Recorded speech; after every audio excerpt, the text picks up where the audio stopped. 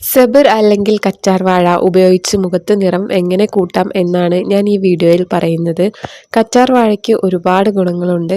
പ്രവാചക വൈദ്യത്തിൽ കറ്റാർവാഴയെ പറ്റി പറയുന്നുണ്ട്.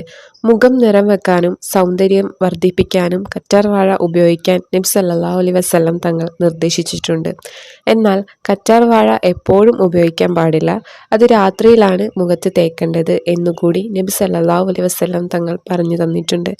ചർമ്മത്തിൻ്റെ എല്ലാ പ്രശ്നങ്ങൾക്കും പരിഹാരം നൽകാൻ കറ്റാർവാഴയ്ക്ക് കഴിയും. കറ്റാർവാഴയുടെ ആൻറ്റി ബാക്ടീരിയൽ ഘടകങ്ങൾ മുഖത്ത് പാടുകൾ ഉണ്ടാകുന്നത് തടയാൻ സഹായിക്കും. കറ്റാർവാഴയിലെ അലോയിനാണ് കറുത്ത പാടുകൾ ഇല്ലാതാക്കി ചർമ്മത്തിലെ മൃതകോശങ്ങളെ ഇല്ലാതാക്കാനും ചർമ്മത്തിന് നിറം നൽകാനും സഹായിക്കുന്നത്. ചർമ്മത്തിൽ ഈർപ്പം നിലനിർത്താനും കറ്റാർവാഴ സഹായിക്കും. മുഖം വെളുക്കാൻ കറ്റാർവാഴ എങ്ങനെയാണ് ഉപയോഗിക്കേണ്ടതെന്ന് പറയാം.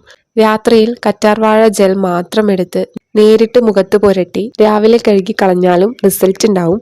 എന്നാൽ കുറച്ചുകൂടി വേഗത്തിൽ മുഖം നിറം വെക്കാൻ കുറച്ച് അലോവേര ജെല്ലിൽ ഗ്ലിസറിനും റോസ് വാട്ടറും ഈക്വൽ എമൗണ്ടിലെടുത്ത് നന്നായി മിക്സ് ചെയ്യുക.